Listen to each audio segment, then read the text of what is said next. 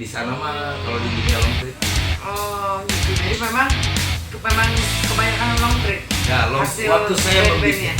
membuat kata-kata long trip, saya pengen nyamakan persepsi long trip itu membawa band Filipina ke Indonesia.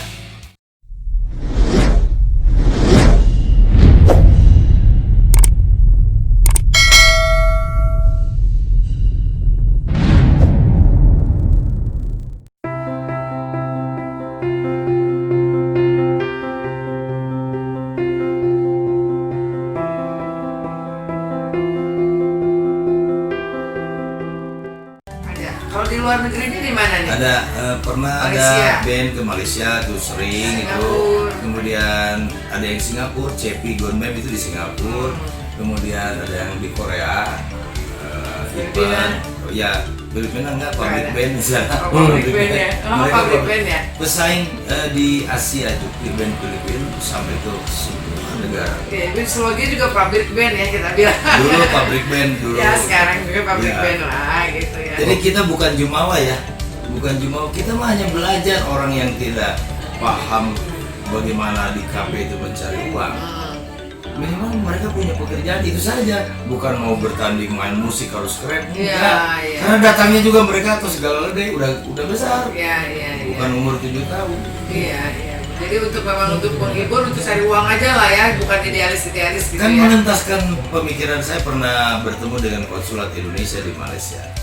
Buat saya adalah Indonesia menyuplai band bukan menyuplai selain band. Maka kata mereka kebahagiaan tersendiri menonton band Indonesia bisa menghibur orang Malaysia misalnya. Begitu. Ya. Saya pernah ngobrol lama dengan konsulat Indonesia di Malaysia. Terus kalau misalnya main di Malaysia itu lagu-lagu Indonesia yang dibawain? Campur. Campur. Ada Mandarin. di Malaysia itu ada namanya preview. Band begitu datang ke Malaysia yang betul pakai jalur yang benar harus di preview. Band ini benar. Dites satu. Mandarinnya harus ada, Indonesia iya. harus ada, lagu Malaysia harus ada, lagu Iya. Barat harus ada. Nah, terus sampai sekarang sudah 32 tahun, ada berapa band nih yang sudah dihasilkan oleh Slogi? Saya lupa sih tepatnya, asli sudah lupa. Tapi 50 band sampai 60 band ada. Ada ya? Ada. Gitu ya. Tapi kan lama-lama band di saya itu. Kayak contoh ya, Iya. Slogi Band 32 tahun, La Prosia Berarti Band. paling lama itu Slogi Ya. band, paling tua. Ya, La Prosia ya, yang Band cewek semua dulu. 22 tahun. 22 tahun. Lamel. Lamel 12 tahun, Bizantium 12 tahun. Bizantium. Bikiniku 10 tahun. Kemudian 12 tahun dulu Bizantium. 10 tahun Coppola. Banyak sih. Coppola. Dan Banyak. Slogi ya, banyak. Ya banyak banget ya. Ya, Dan- banyak. Nah itu apakah band mereka-mereka yang udah main hasil sanggar Slogi lah, main di band ini, main di band itu, boleh jadi personil band lain nggak selain band Slogi gitu? Band Sanggar. Ya kan ada band sanggar mah ada Ya, misalkan gitu. Slogi, ada La Corsia, ada Bizantium, segala macam. Nah, boleh nggak ini main di band lain? Di band A Project misalnya, di bandnya jadi personel gitu. Saya menawarkan ke mereka, silakan bisa bergabung membantu band lain, bergabung Ya. dengan band lain, nggak jadi masalah. Tapi boleh. satu saja, jaga silaturahmi. Dan karena sanggar itu modalnya silaturahmi tanpa batas. Oh, iya. Boleh tuh, boleh. Boleh ya. Tapi artinya misalnya mereka tidak main lagi di band Slogi juga nggak apa-apa. Nggak apa-apa, nggak ada terikat. Kita bukan mau jadi manajemen. Oh, iya. Kalau udah bisa mah, kalau niat baik mah udah bisa cari duit. Iya, main sendiri gitu maksudnya. Nggak apa-apa, boleh. Apa ya? Boleh asli, asal jaga silaturahmi, bilang baik-baik seperti datang baik-baik gitu. Itu doang. Nah itu Endar, kalau road trip sampai berapa lama sih? Misalnya di Medan satu band itu berapa lama? 3 tahun atau cuma 2 bulan atau Ya, berapa? waktu saya bikin kata-kata long trip itu adalah per 2 bulan atau 3 bulan. Oh, Pergi 3 bulan atau 2 bulan balik lagi. Akhirnya saya bikin namanya round trip. Round trip itu band ini pergi ke Batam 2 bulan, pindah ke Medan, tidak tanpa pulang dulu ke Bandung. Nah, pergi ke Medan 2 bulan, pindah lagi ke Balikpapan, bilang gitu. Pulang permintaan mereka, Om kalau bulan puasa harus pulang, berarti 11 bulan. Oh, ada dari 1 tahun itu 11 bulan mereka di luar. Ya, di luar. Ya Allah. Artinya mereka meninggalin keluarga dong ya? Iya. Pasti ninggalin keluarga. Kalau kita punya orang tua, kerjanya di bank, harus pindah ke Sulawesi, sama aja. Tapi memang harus yang kuat mental ya. Biasanya orang Bandung mah kan apa ya, nggak bisa gitu, nggak bisa merantau gitu. Bandung terkenal di riung gunung. Jarang keluar dari gunung kerangkeng itu. Tapi itu kan rasa zaman Tauban Perahu. Iya, itu malah. Jadi kian santai. Jadi sekarang itu orang Bandung yang dulu notabene cuman kota pendidikan, kota mode, kota musik, barometer musik di Indonesia, sekarang dia melangkah. Diawali oleh tukang kredit, pindah loba di tiap kota itu tukang kredit. Dari mana? Dari Jawa Barat.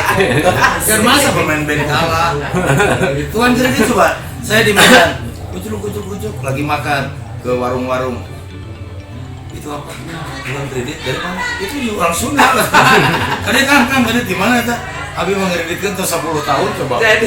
Jadi itu sekarang udah jadi mitos doang bahwa orang Sunda nggak bisa merantau itu udah nggak benar ya, udah nggak betul gitu. Orang Sunda sudah gaul di dunia. Wah. Bahkan orang Sunda akhirnya udah ke luar negeri ya. Banyak di luar negeri ya. Saya nih ya, saya dulu yang nikah sama orang bule, kebetulan termasuk adik saya, misalkan nikah sama orang bule. Ada yang di negara lain tinggalnya, dulunya nyanyi di sini. Jadi udah punya anak, mereka itu sudah di luar negeri. Saya belum pernah ke negara itu, dia mau udah tinggal di situ.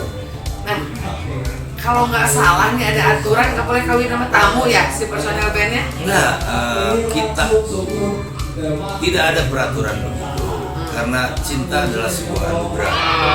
Kalau ya kan, cinta sebuah anugerah tidak bisa dihalangi. Yang saya omongin, kenal dulu, akrab dulu, ngobrol dulu baik-baik. Kalau bisa bawa ke sanggar bersama orang tuamu, kita ngobrol supaya saya bisa lepas dari tanggung jawab. Oh, selama mereka belum punya pasangan mah masih kayak anak sendiri ya, jadi kan dititipin sama orang tua. Oh iya ya, tanggung jawabnya gede dong ya. Bukan gede, moral sih sebetulnya. Kalau study club tuh, workshop itu, bengkel seni itu moral. Ya bukan sok moral, tapi itu kumanya sih. Gimana sih dia di sana gitu. Saya tuh ngontrol sampai jam 4 subuh.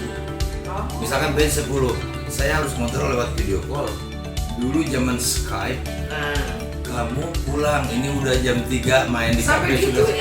Sumpah saya. Mereka tahu kok saya suka ngontrol. Bang, sebentar. Itu dulu anak-anak di sanggar ada berapa orang itu? Sampai sekarang?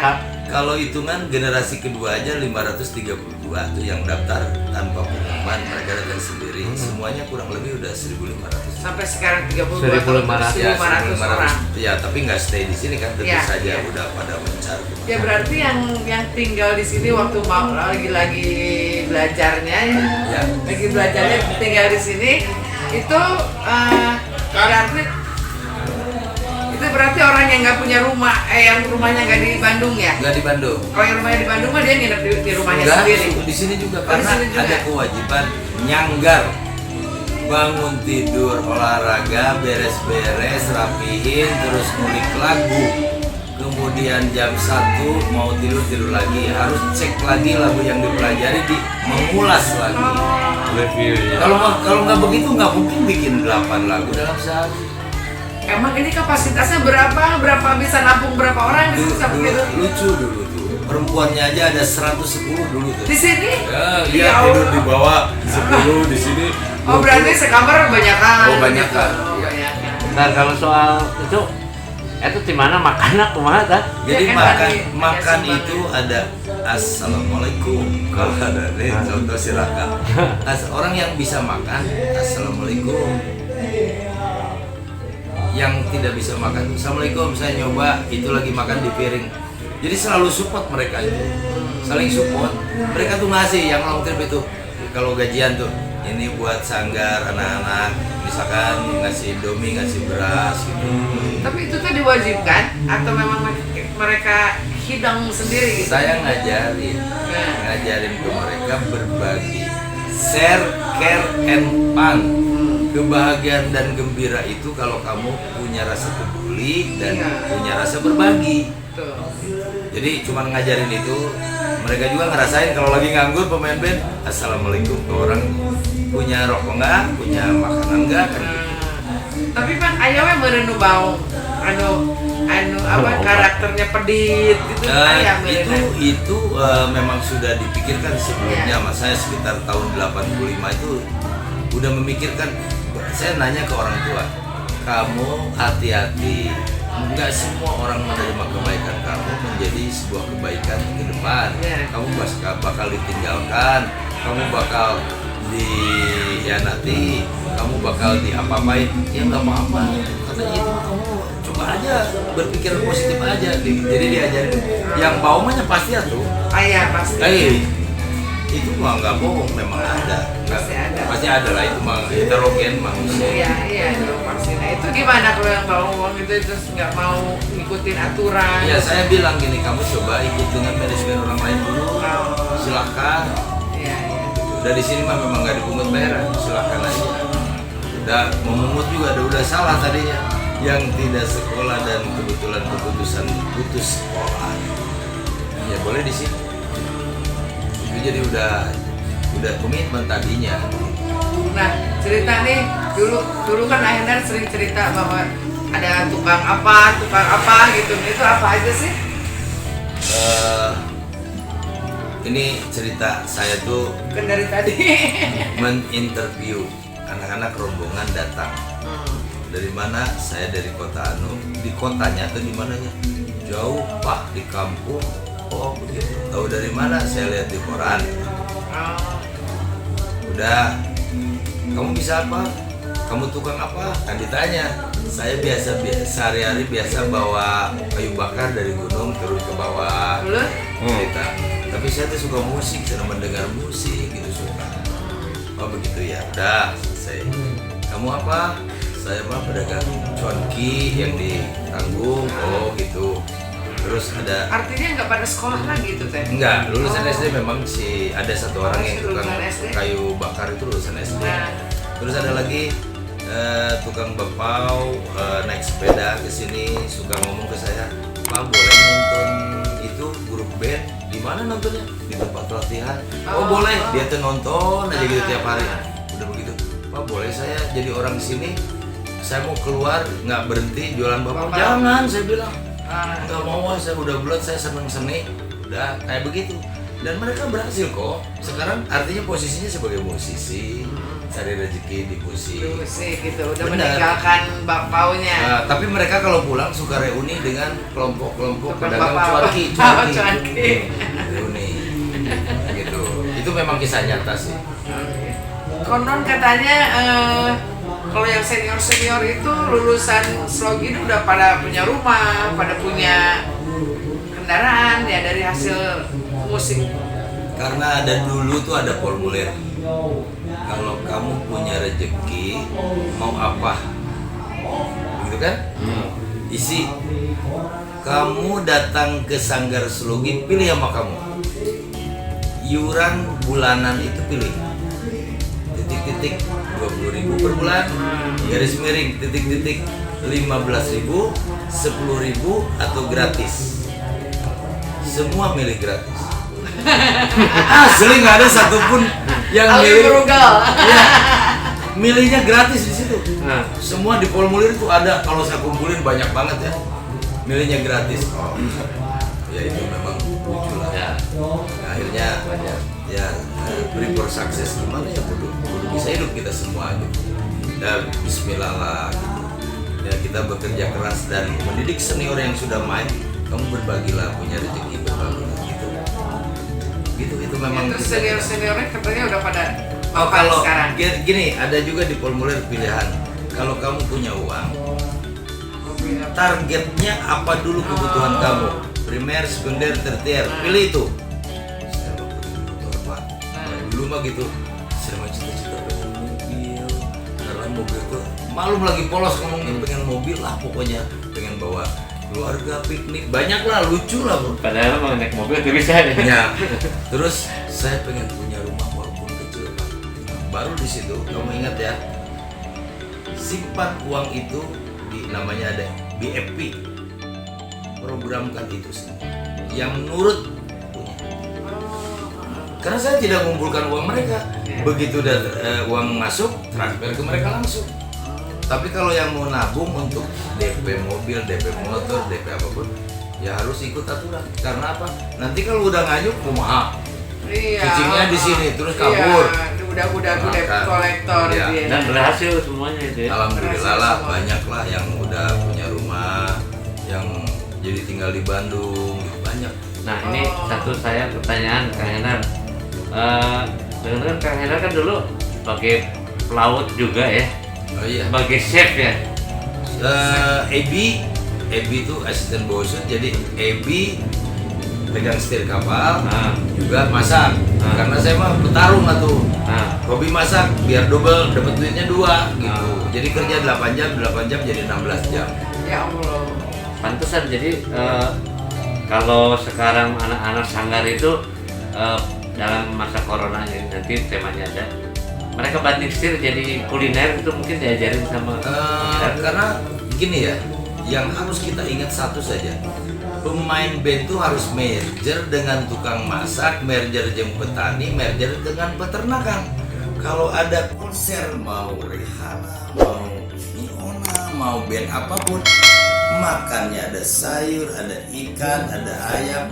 Coba itu harus kalau nggak merger.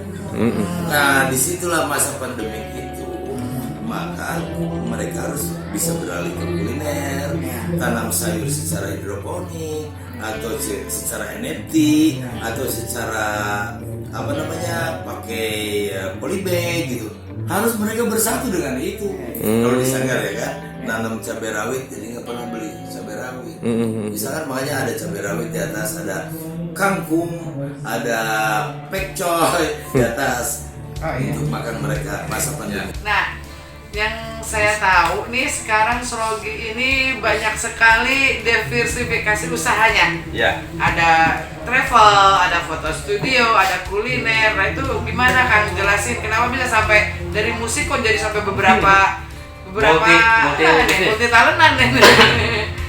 Jadi sebenarnya study club adalah ruang waktu dan ruang pola pikir itu akan terbuka. Saya hanya ngobrol sama mereka, diskusi. Kalau pasal 6 ayat-ayat Slogi itu mengatakan iya betul. Ayat-ayat Slogi itu ada mengatakan berdiskusi untuk melahirkan ide-ide yang baik, siapa tahu membuka jalan pikiran kita, mendapatkan kesempatan bekerja dan kesempatan rezeki. Maka keluarlah 20 program bina usaha kreatif Slogi. Itu yang menciptakan Hendar 20 itu kan ditempel di situ. Ditempel di situ. Itu sekitar 10 tahun silam. Bina usaha kreatif. Satu diantaranya dari musik itu kuliner.